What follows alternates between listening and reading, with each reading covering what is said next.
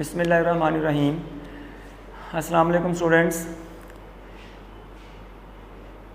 I am Mohammad Kaiser, assistant professor of DPS in mathematics. We are again here to discuss the question number 9 of exercise 5.3. The statement of the question is very simple. The expression ax cube minus 9x square plus bx plus 3a is divisible by, हम इसमें divisible by का concept को पढ़ेंगे। Divisible by x square minus 5x plus 6, यानी कि ये जो expression है इस पर कम्प्लीटली डिवाइड होती है और रिमाइंडर्स क्या आते हैं, ज़ीरो आते हैं। डिविजिबल का ये मतलब है।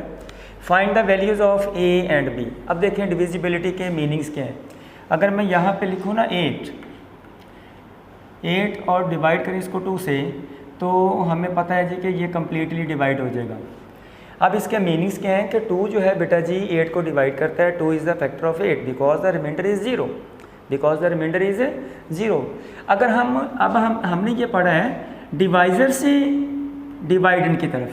अगर हम डिवाइडेंड से डिवाइज़र की तरफ को पढ़ेंगे तो हम ये कहेंगे कि this dividend 8 is divisible by 2 because the remainder is zero. Since the remainder is zero so 8 is divisible by 2। तो हमारे पास जो सबसे अहम तरीन बात वो आएगी कि अगर डिविजिबल है तो remainder is always equal to zero. Remainder क्या होगा हमारे पास, ज़ीरो होगा। अब आ जाए स्टेटमेंट पे। ये एक्सप्रेशन जो है इसके ऊपर कम्प्लीटली डिविजिबल है, but this expression is quadratic expression. If you want to apply the remainders theorem you have to find its linear factors. आपने इसके लीनियर फैक्टर्स निकालने हैं। ये हमारे पास क्वाड्रेटिक एक्सप्रेशन है, आप इसको फैक्टराइज करेंगे। आप इसको क्या करेंगे, फैक्टराइज करेंगे। क्वाड्रेटिक एक्सप्रेशन को जब भी हम बच्चों फैक्टराइज करते हैं तो हमेशा उसके लीनियर फैक्टर्स का प्रोडक्ट बनता है। तो अब आप पहले इसको फैक्टराइज करेंगे। क्या है हमारे पास, x square minus 5x plus 6। Factorise करें। 9th क्लास में आप फैक्टराइजेशन को पढ़ चुके हो कि एक्स स्क्वायर के कोफिशिएंट को आपने 6 से मल्टीप्लाई करना है। तो हमारे पास क्या बना बेटा जी, 6 बन गया। दो नंबर्स ढूंढें जिनका प्रोडक्ट 6 बने, तो हमारे पास क्या है 3 to the 6। सिंपल टू बात करेंगे, to the point 3 to the 6 आ गया। ठीक है जी। अब हमने देखना है कि इसके दरमियान में जो x का कोफिशिएंट है उसके साइन क्या है, नेगेटिव है। तो आपने दोनों नंबर जो होंगे वो माइनस के लेने हैं। ठीक है, क्योंकि दोनों को मल्टीप्लाई करने से आपका प्रोडक्ट क्या बनना चाहिए, प्लस का 6। तो दोनों नंबर नेगेटिव के लेंगे। इन दोनों को जब आप प्लस करेंगे तो हमारे पास क्या आएगा, 5 आएगा। इन दोनों को जब आपने प्लस किया तो क्या बनेगा, माइनस का 5। अब आपने माइनस 5 को ब्रेकअप कर दिया किस में, माइनस का 3x और माइनस का 2x। हमारे पास फैक्टर तो 3 और 2 थे, माइनस के साथ x आ रहा तो आपने हर एक के साथ x भी लगाना है। इसमें से x को कॉमन ले लें तो क्या आएगा, x माइनस 3। इसमें से माइनस 2 को कॉमन ले लें तो क्या आएगा, x माइनस 2 x माइनस 3। जब माइनस कॉमन लेंगे ये साइन जो होगा वो चेंज हो जाएगा। दोनों में x माइनस 3 क्या है कॉमन, और क्या बच गया, x माइनस 2। अब आपके पास ये क्वाड्रेटिक एक्सप्रेशन फैक्टराइज फॉर्म में आ गई। इसके दो लीनियर फैक्टर आ गए। अब हम लीनियर फैक्टर को बारी बारी क्या करेंगे, इस पे डिवाइड करेंगे। समझ आ गई बात की। तो क्या करेंगे, यानी कि ये एक्सप्रेशन अब इन दो फैक्टरों से कम्प्लीटली डिवाइड होती है। ये is divisible by these two linear factors. अब आप इस एक्सप्रेशन को बेटा जी लेट करो। Let this expression p of x is equal to क्या आ गया, ax cube minus 9x square plus bx plus 3a। चूँकि ये एक क्वाड्रेटिक है, ये एक हमारे पास क्यूबिक एक्सप्रेशन है और हमने रिमाइंडर थ्योरम अप्लाई करना है। हमारे पास ये जो डिविजिबल थी वो इस क्वाड्रेटिक एक्सप्रेशन से थी। ये क्वाड्रेटिक एक्सप्रेशन से डिवाइड नहीं हो सकती, इसलिए हमने इसको फैक्टराइज किया ताकि ये इसके लीनियर फैक्टर्स निकल आएँ जो इसको डिवाइड करने वाले हैं। तो हमने लीनियर फैक्टर्स को बारी बारी क्या करना है, पहला लीनियर फैक्टर 0 के बराबर ले लिया। पहला ये लीनियर फैक्टर लेंगे, दूसरा वो लेंगे।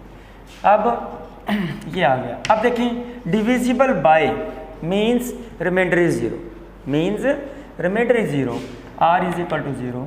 आप जब आप x की जगह पे 3 लगाएंगे तो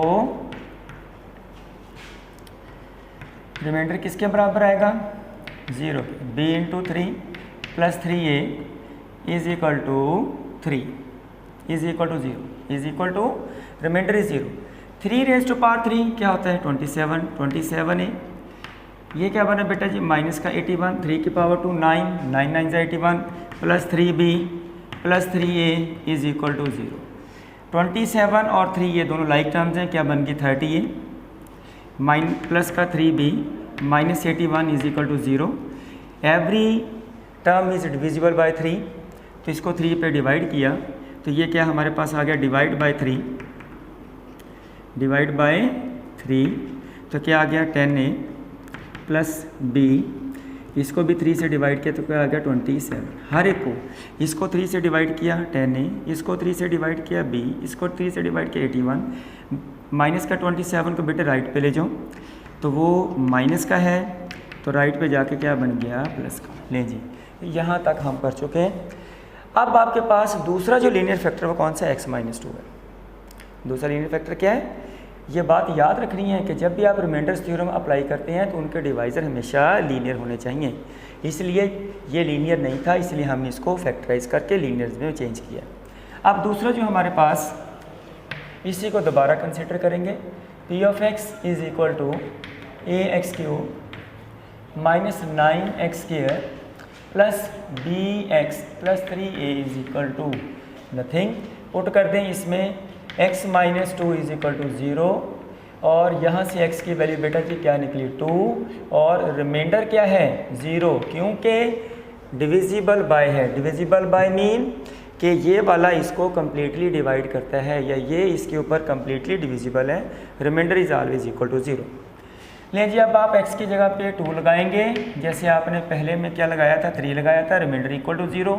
यहाँ पे 2 लगाएंगे और रिमाइंडर 0 के बराबर लिखा जाएगा।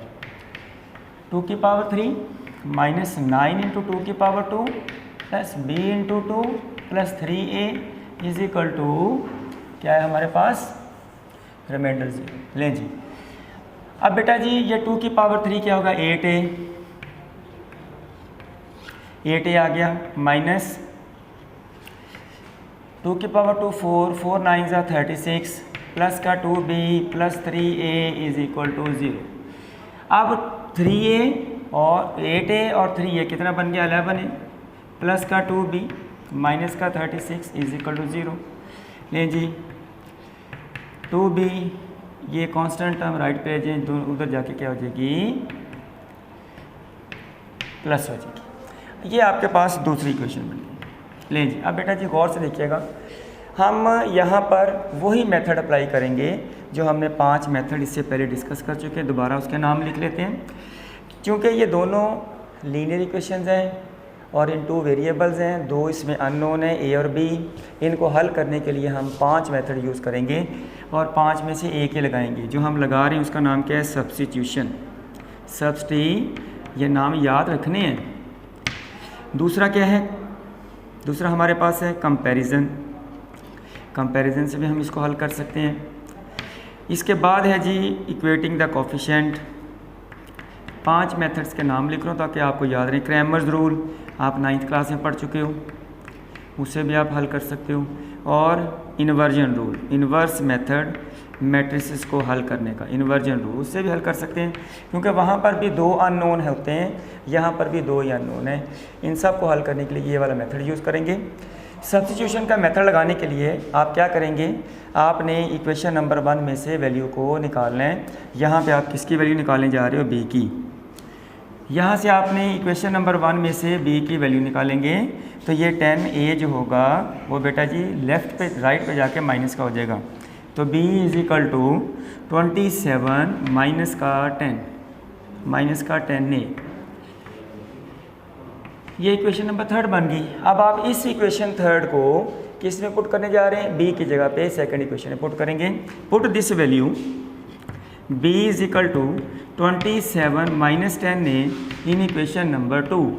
इसमें पुट कर दें तो क्या आएगा 11a प्लस 2 इंटू फिर 27 minus 10a is equal to 36b is equal to 36।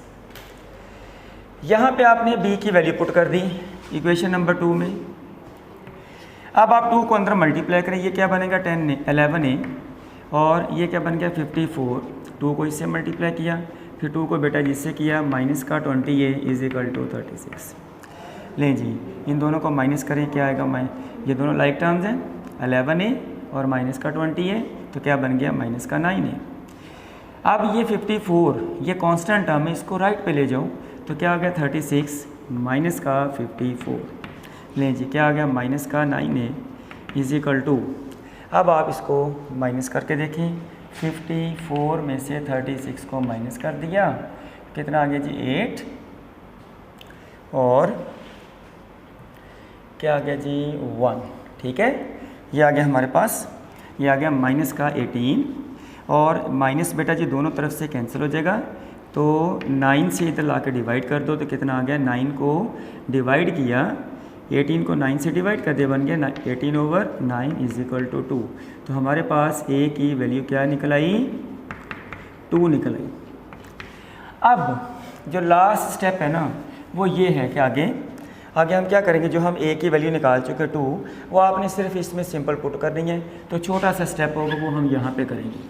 लें जी, पुट करेंगे, जो आपने अभी वैल्यू निकाली है a is equal to 2 in equation number third में क्यों पुट कर रहे हैं, 1 में भी कर सकते हैं, सेकंड में कर सकते हैं, लेकिन यहाँ पे क्या है, b in terms of a है। आप a की वैल्यू निकाल चुके हो, डायरेक्ट इससे पुट करो तो आपके पास b की वैल्यू निकल आएगी। थोड़ा सा सिंप्लीफाई करने के बाद तो b की वैल्यू क्या है 27 माइनस 10 इंटू 2। लें जी, b is equal to 27 minus 20, b is equal to 7। लें जी बेटा जी, ये आपके पास जो है ना a और b की वैल्यूज निकल आई। Question is completed, exercise is completed. Now we will discuss the next lecture. In the next lecture we will discuss the exercise 5.4 that is very easiest. Assalamu alaikum, thank you very much. Off kar yaar.